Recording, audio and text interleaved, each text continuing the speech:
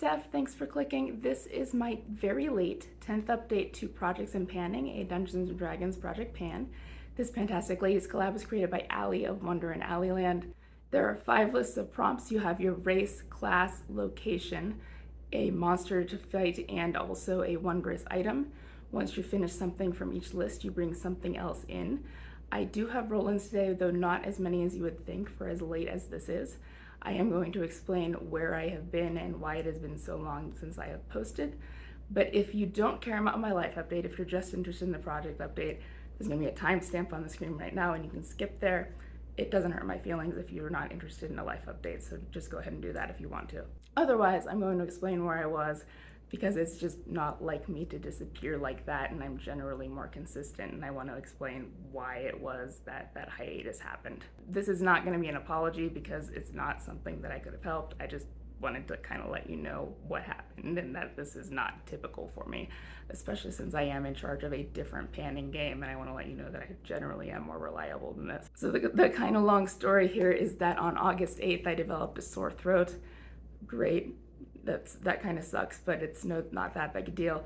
I woke up August 9th and I kind of felt a little bit worse than I expected to. Like the illness had progressed more than I thought, but I figured I'm not going anywhere since I'm sick. I'm just going to go ahead and record 50 Shades a little bit early, and I can edit that and put that up. So I recorded it, but I just really didn't feel well enough or had the focus to edit, so I didn't, and I just did that yesterday. So that's up now, but it did absolutely not go up when I intended to, and that's okay. But then I missed a whole lot of other updates, and that is still related to being sick. I'm sure you can still hear in my voice that I still haven't completely recovered, but I am doing much better than I was. And that there's kind of an irony here because Misty did like a hello coming back sort of video get ready with me that I watched. And in that video, she was talking about how she'd spent a week in the hospital with pneumonia. And I'm watching this, and what I'm thinking is how grateful I am to not be Misty. And what I mean by that is that she openly talks on her channel about having underlying health conditions. And of course, those health conditions make you more prone to getting sick and more serious illnesses in the second place. And I was just really glad that that's not something that I ever have to deal with. By that, I mean, it's like I don't have diabetes, I don't have high blood pressure, I don't have asthma, I have never smoked, never lived with anyone who has, and I don't even get seasonal allergies. So I'm really a very generally healthy person. I was just watching this going, wow, I'm glad I really don't have to deal with these kinds of problems. I'm very lucky. And evidently I was a little bit arrogant there because it turns out I do have to deal with those problems. I was sick for a period of about 12 days in which I really wasn't getting any better. And that had never happened to me before. I've never needed any antibiotics to get over an illness before, but I had just symptoms that I was rotating through, like the vomiting would stop, but then the fever would come back, and the fever would go away, but then my respiratory symptoms would get worse. And the respiratory symptoms would stop, but the diarrhea came back, and so did the fever. And I just kept rotating through them, and I never actually got better. So on day 12 of being sick, I decided it was time to break my streak. It had been 8 years since I'd been to a doctor, but I, at this point, think I need some antibiotics or something to help me get out of this. So I tried to make an urgent care appointment, but there were no in-person appointments available. I tried to schedule a virtual one, but they told me that I would actually need to be there in person so I could be tested, so they can do a diagnosis, so they can prescribe me something, which makes perfect sense. So I scheduled an appointment for the next day at 10 a.m. And then I figured I might as well go ahead and do some laundry. Now, my washer and dryer are located in my bedroom, so like I don't even own a laundry basket because I just pull the clothes on my dryer and put them away. And that's what I was doing. But I was getting really winded just doing that. So I sat down on my bed for a few minutes and I was just sitting there for about 30 minutes, and it's still getting harder for me to breathe. And the reality is my breathing is just getting worse. And so I'm looking at the clock and it's about 9 o'clock at night, and I'm thinking that at this rate that I'm going, I'm gonna be dead before 10 a.m. So I start texting people and looking for a ride. I don't want to drive myself to the ER because I can tell my oxygen levels are getting low, and I'm worried about passing out while driving. I've also never even been to my local hospital, and it's kind of hilarious because I'm thinking about things like how do I park? Like, could I walk from the parking lot to the emergency room door? I don't even know how it's laid out. And that's all kind of really hilarious in this particular case because my local hospital is the Butler area hospital where Trump was treated after the assassination attempt. So it's actually a recently world famous hospital, but I'm not familiar with it even though I live here. I am just gonna go ahead and nip in the bud and tell you that political rallies are not my thing. I was not there for the assassination attempt. I know some people who were, but I don't know anything you haven't read in the media, and I'm not interested in discussing politics on my channel at all. So don't even ask. So I started looking for a ride to the ER. I texted a friend, but she didn't see the message very quickly. And then I tried someone from my church, but it turned out they were on vacation. But they called me to figure out what was wrong, and they were kind of alarmed by how bad I sounded. So they decided that they were going to take over and trying to find me a ride, which they did. And that's all kind of tricky because I'm in my mid-30s and I'm a generally healthy person. So whatever it is that's bringing me to the ER, you wouldn't want to send someone vulnerable with me. It has to be someone who's healthy enough to risk being near me. But I was taken to the ER, and they did a COVID. I told them that I suspected that I had COVID, but the test came up negative. They did a chest x-ray and confirmed that I had pneumonia. So I was admitted to the hospital with pneumonia. They got a phlegm sample that I coughed up to try to test what it was that I had. I was admitted and I was on oxygen almost the entire time I was there. Once the test came back for the pneumonia, it turned out that all I had was walking pneumonia, which is something that I should have been able to fight off all by myself. I shouldn't need to be hospitalized at all. So they're doing a whole nother round of tests because there's gotta be something else going on. So they were checking for blood clots and undiagnosed kidney issues and everything under the sun that might be affecting my immune system. And the only thing they found is they did another COVID test, and that one came up positive. So when the test results came in, the nurse was like kind of laughing when he told me, because it's just really bad luck. What happened was I managed to somehow contract pneumonia, which is bacterial, and COVID, which is viral, and they're both respiratory infections. And I got them at the same time, and my immune system just couldn't fight both of them at once. It was trying to, but it was just kind of switching between the two illnesses and couldn't fight either of them off completely. So then at that point, I was in the hospital for a total of 7 days. They wanted me to stay an 8th, but I objected. And so I was on oxygen for almost all of that time. It took longer than expected for me to respond to the antibiotics, but I did eventually do that. And so I'm out now. That said, all of my projects are going to have terrible progress, because from August 9th through today, August 28th, I didn't wear makeup at all because I wasn't going anywhere. And in the time that I was in the hospital, I couldn't even shower, which was awful. I felt disgusting. But here I am now, and I know I still sound terrible, but I feel a lot better than I did, and I am getting better still. But I just wanted to explain that because I usually don't take long absences, and I like to consider myself to be a reliable person, especially since I am running the Clue game. So I don't want you to be worried that I'm gonna disappear over Clue. And even though I know that if it were the other way around, I wouldn't be that worried about it if I found out that the person was being hospitalized. That's a great excuse, but I still wanted to explain that. But anyway, now we're gonna get on to projects and panning, and I'm not planning on repeating this in the other videos. Just be aware that all of my projects are gonna have very minimal progress, and that's why. So moving on from there, I'm gonna go ahead into the project update, and I have been doing this as a story. And this story started with a Halfling Rogue named Elyas Reedgrove. He stayed up at the tavern really late one night, and when he came home, he found out that his house had been ransacked, and his daughter Orani had been kidnapped by a dragon and taken into the Forbidden Forest. Elyas set out to rescue Orani. She had been taken captive by a dragon as tribute for the Queen Tiamat. He took with him the Deck of Illusions to help, and help it did. He used the Deck of Illusions to help him sneak past Tiamat. He was able to sneak past Tiamat to the hoard, where he did find Orani, as well as a fellow captive, an Elven Bard named Loraphine Nightflower. Loraphine, upon escaping, also stole from the hoard a Bloodwell Vial.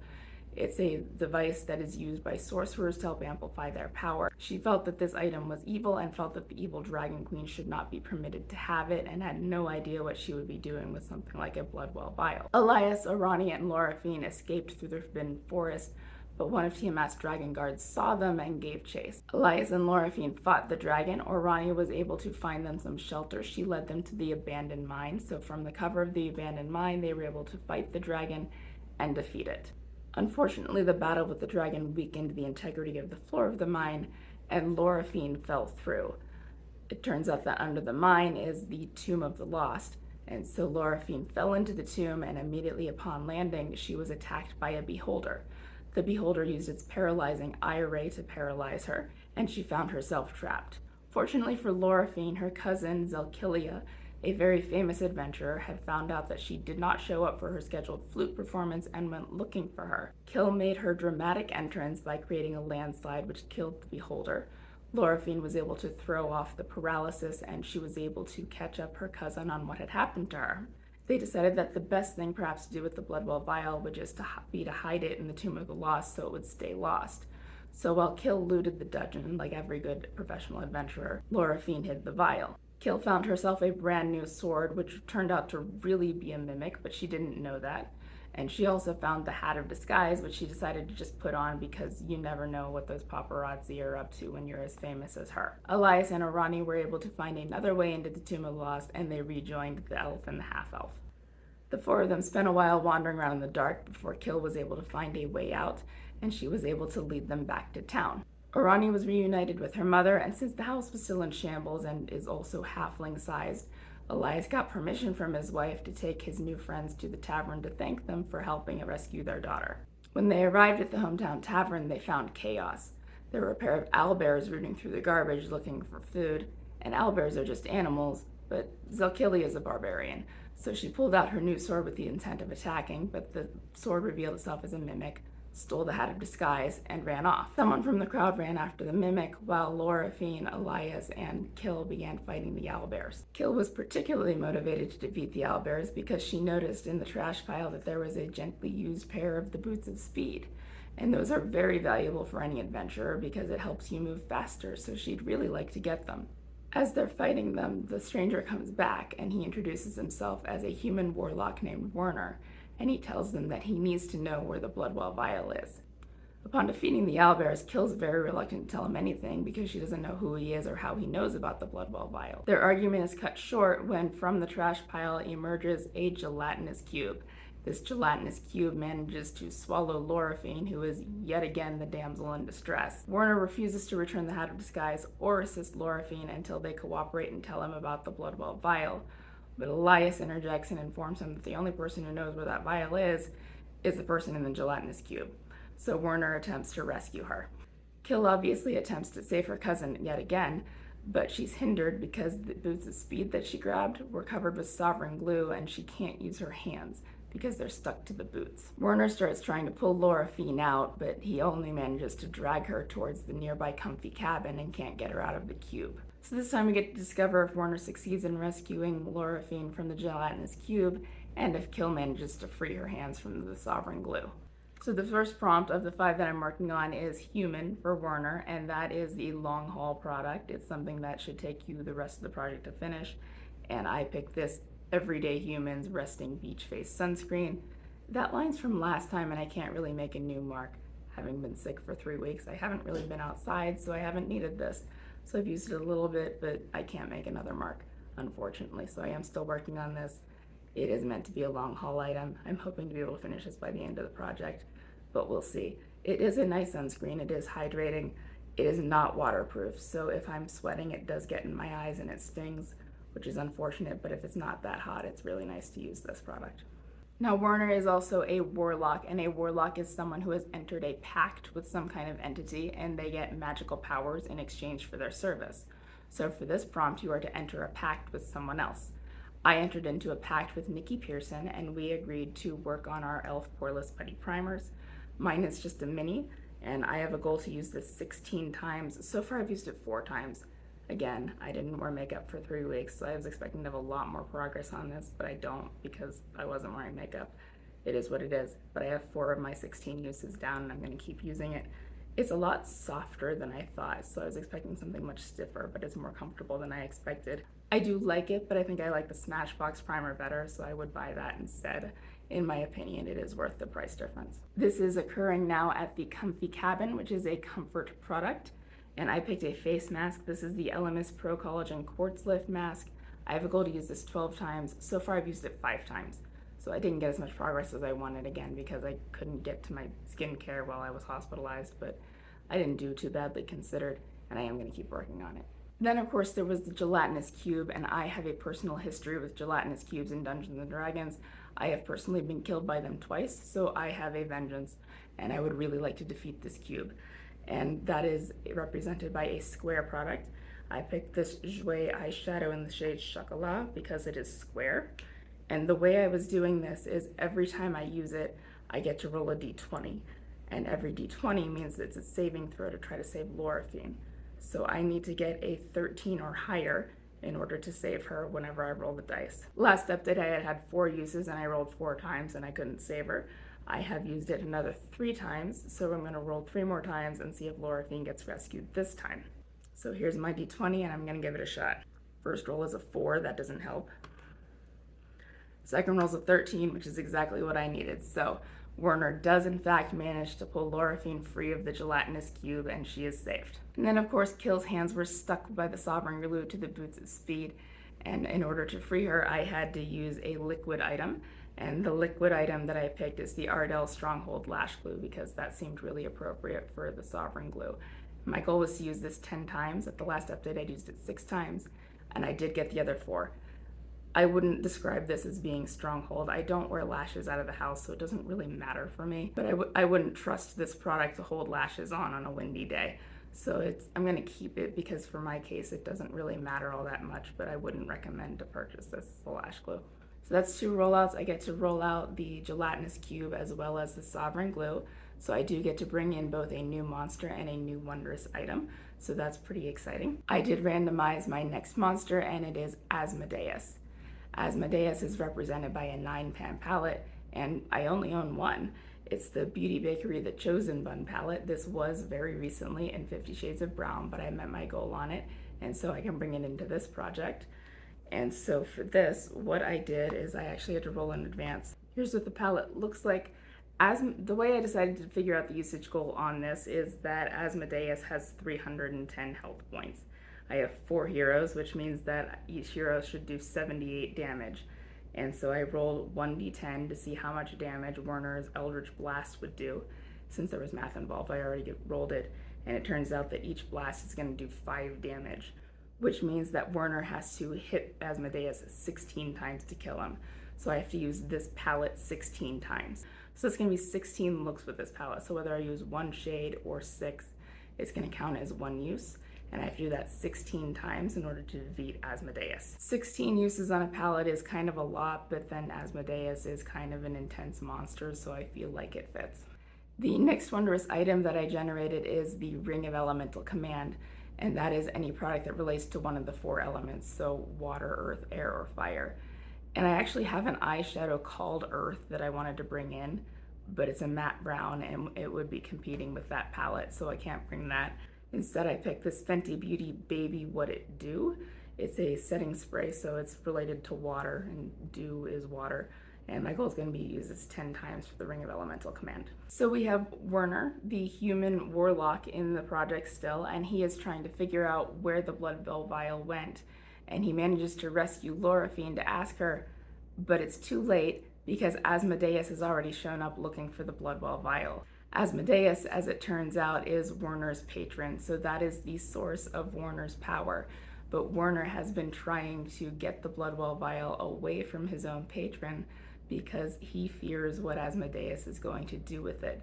And that is something he has not yet had the chance to share with the group because Asmodeus has arrived himself and he needs to be defeated. Werner does have a little bit of his own power though, because he does have the Ring of Elemental Command, so he does have some control over the elements that Asmodeus does not give him influence over. So that's good for him and it should help him out. And so we're going to find out next time how the battle is going with Asmodeus. To be honest with you, I'm not sure if I'm going to have any rollouts. I might be able to get my uses on the Ring of Elemental Command. Bear in mind that I am filming this very late, so I'm not going to have as much time to meet my goals as I usually would. But wish me luck, and I will see you next time. And good luck with your projects. Bye.